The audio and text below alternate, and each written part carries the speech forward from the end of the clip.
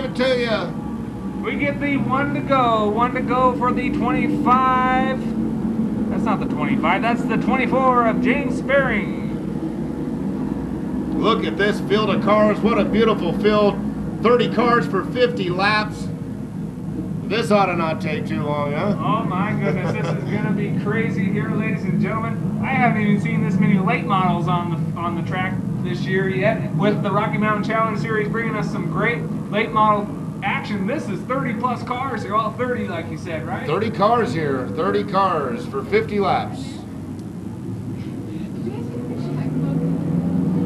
Here we go. We're green flag racing the Chaparral Speedway. Spearing gets a good run on Webster in the 8.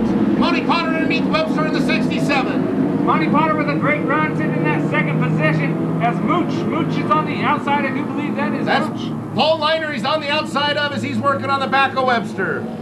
Terry the Kid Lawrence moving up as well, and he's in the 13 car. Steve Jones right there diving to the inside of the racetrack, just wondering which line's going to go, as we got 30 cars on tap for you here tonight at Chaparral Speedway. Oh, the 93, he's up into the pucker brush. Doyle Bratton, as everybody checks up. Let's see if he collects. He ends up in Steve Jones.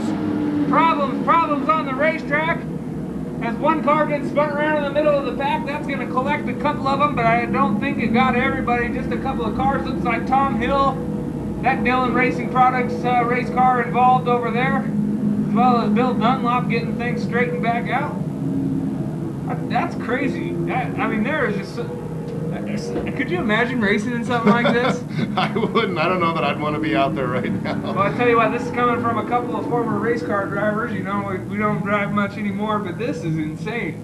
This is crazy. This is what a great night of racing. The ultimate Modified Smackdown has proven to smack something down, and that is entertainment at the Chaparral Speedway. Well, entertainment you want, entertainment you got, ladies and gentlemen, because you came out here to Chaparral Speedway, you will not leave disappointed.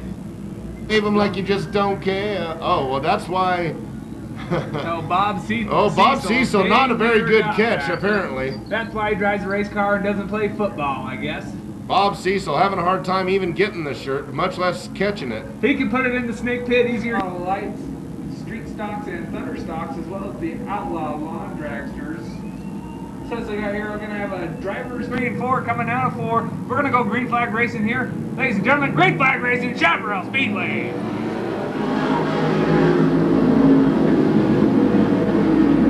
Wow, look at the run that Mooch gets on the outside of Webster.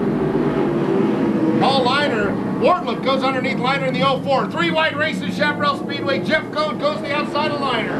He does. The 13, Terry Lawrence, closes the door as well as he goes underneath the 35 of Jeff Goad. Terry Lawrence with a great run as he tries to move up into the top 5. The 17 of Steve Schaefer. He's going underneath Paul Liner as well. Steve is bouncing on him. Jarvin Ackerlund banging into Sneva. Lots of racing throughout the racetrack here as your 24 car is James Spearing. He's your leader with Monty Potter sitting in second place. We got side-by-side action. That's Sneva and Paul Liner on the outside. In the 04, Sneva gaining a position. The 04 car is going backwards. Yes, he is going backwards. All around, we've got the 7 car of Frank Shin Jr. He's turned around in turn number 2 as everybody checks up. Everybody checks up. Nampa Auto Parts, caution in the Treasure Valley. Nampa Auto Parts, your Treasure Valley parts store. The caution is out. Thanks to our friends at Nampa. Tell them, let's go, let's go. We're green flag racing at the Chaparral Speedway. Jarvin Acklin underneath Schaefer in the 17 as he's right behind Mike Reed. Wasting no time is the 96 of Jarvin Acklin. Then we got to change position up there for the 4th spot. 4th spot being taken away. That's Wartlift in the 52 underneath Webster in the 8, the 13, and Terry the Kid Lawrence right behind him. Terry Lawrence trying to close the door as well, not able to do it. Your leader still the 24 of Spearing. The 12 of Tom Hill as he crosses start finish is working on the 4 of Al Caldwell. All kinds of racing. Terry the Kid Lawrence, look at him go underneath. What a run. Oh, and he gets sideways. Oh no, that bad deal, bad deal. Yellow flags out as they're stacking them up here deep on the front chute. Ladies and gentlemen, please stay back from the fence. As the Nampa Auto Parts caution of the Treasure Valley comes out once again here at Chaparral Speedway for the Northwest Outlaw Modified Series. Looks like the 13 car taking a whale of a hit. He's got all kinds of problems there with the right rear. of that car is going to have to take that car into the pit area. We got about a 10-car pile up here on the front chute. The 4L Caldwell making it out all right. Looks like Paul Liner getting tangled up, as well as the 25 of Mike Reed.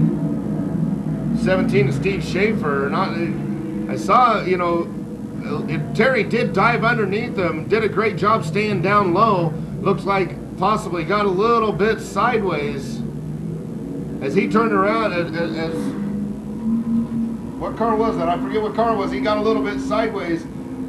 Ended up collecting Terry just a little bit. Just a terrible racing incident. Bad luck for a couple people there. That's just one of those things that happens when you drive a race car. You know that it's going to get wrecked at one point in time or another. So as they back off the 25 car of Mike Reed, that's a car owned by Jeremy Redden, being driven tonight by Mike Reed. Looks like everybody else is going to make it out all right. Looks like Sneva's piled up in it as well. The 35 of Pat Rossman, he was your heat race winner. Zig Grunnert in the 11, he seemed to be collected into it, as well as the 12 of Doug Donner. Well, Don Webster in the 8 getting collected as well. Looks like that car's okay, getting rocking and rolling. Mike Reed's car's rolling. We're just missing a couple of cars over here as they're trying to get things fired and pushed out of the way.